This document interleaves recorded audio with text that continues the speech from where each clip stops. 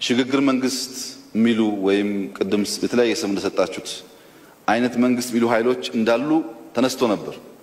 እኔ ሽግግር ሳይሆን የብጥብጥ መንግስት ነው ምለው። እንኳን በጋራ መንግስት ለመሆን በጋራ ምክር ቤት ተወያይቶ አጀንዳ መወሰን ያልቻለ ስብስብ በዚህ ክሪቲካል ጊዜ ውስጥ እንደዚህ አይነት ቀልድ መቀለድ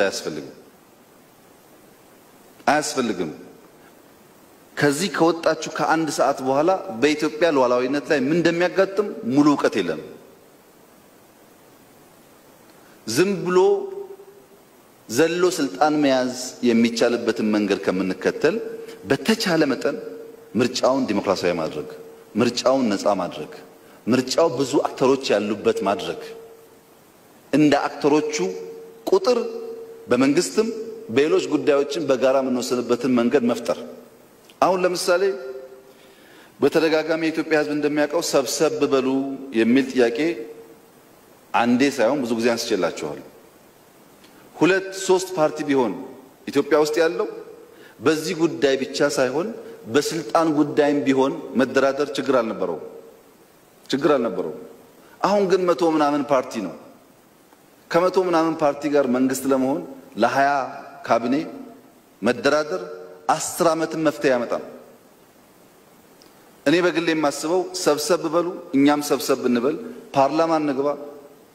መቼም እንደ ድሮ ኮሮጆ መድፋት ስለማይታሰብ እንደ ድሮ 100% ማሸነፍ የሚባል ነገር ሊሆን ስለማይችል ፓርላማ በገባው ቁጥር ልክ በተቻለ መጠን መንግስቱን ሁሉም ድምጾች የሚሰሙበት ለማድረግ ጥረት እናድርግ። ህጉ አብላጫ ድምጽን ቢል እንኳን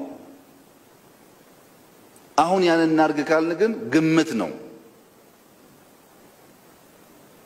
ማን ከማን ተሽሎ በዚያ ጉዳይ ውስጥ ፓርቲሲፔት እንደሚያደርግ መንግስት መወሰን አይችልም። የህዝብ ድምጽ ነው ያንን ነገር ሲግናል የሚሰጠውና እንደዛ አይነት ወጣ ያለ ሐሳብ የሚያስቡ ግለሰቦች እንዳሉ ብናቅም ይህ ህገ መንግስታዊ ሶሉሽን አንቀበልም። ህገ መንግስቱ በሚሰጠን ሩም ውስጥ ተወያይተን የተሻለውን ነገር ፒክ እናደርጋለን። ከህገ መንግስት አማራጭ ውጭ ያሉትን ለጊዜው አንወስድም። ቢተረጎምም ቢሻሻልም አስቸኳይ ጊዜ አዋጅ ቢታወጅም አሁን ያለብን የኮቪድ ችግር ከተፈታ በኋላ ቢያንስ ከ6 ወር እስከ 10 ወር ባለው ጊዜ ውስጥ ምርጫ መካሄድ አለበት እንጂ በስመ ማሻሻል እና በስመ መተርጎም ሌላ ተርም መጠየቅ ከሆነ ብልጽግና ማይቀበለው።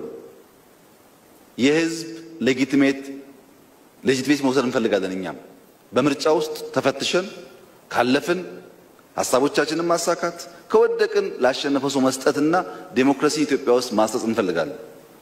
ግን አሁን እናርግ ካልንም ከአቅም በላይ አጣብቂኝ ጉዳይ መጣ። እንተው ካልንም ደግሞ አጠቃላይ ጂኦፖለቲክሱ አስቸጋሪ በመሆኑ ነው ውይይት የሚያስፈልግ። ከዚሁ ጋር ተያይዞ ዶክመንቱ ቀርሞ ቢሰጠን እንደ ፓርቲ ብንመካከርበት የሚል ሐሳብ ተነስቷል።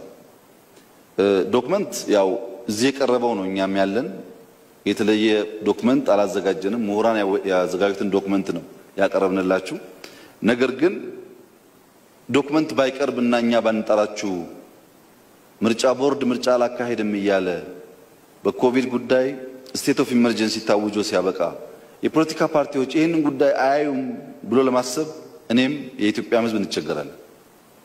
ለምርጫ እየሄዳችሁ ምርጫ አይደረግም ብሎ ምርጫ ቦርድ በግልጽ ተናግሮ ሲያበቃ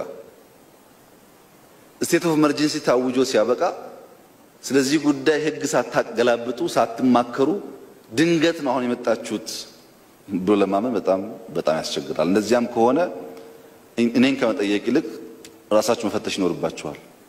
ሌላ አጀንዳማ የላችሁም እኮ። አሁን ያለው ዋናው አጀንዳ ምርጫ መጥቶ ምርጫ የሚያደናቅፍ ነገር ሲፈጠር በምን አግባብ ነው የምናልፈው ብሎ መጨነቃችሁ፣ መመካከራችሁ፣ መጠየቃችሁ ይቀራል ብዬ አልገምትም። ይሄ ሰነድ የብልጽግና ፓርቲ ያዘጋጀው ሰነድ አይደለም። ሊስቶቹን ወደፊት ዲክሌር ይደረግ ይችላል።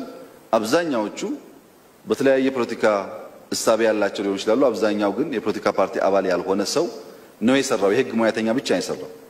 እሱን እንዳለ ነው ያቀረብንላችሁ። ከዚህ በኋላ ሼር ብታረጉን ፈርዘር ብናይ ችግር የለውም።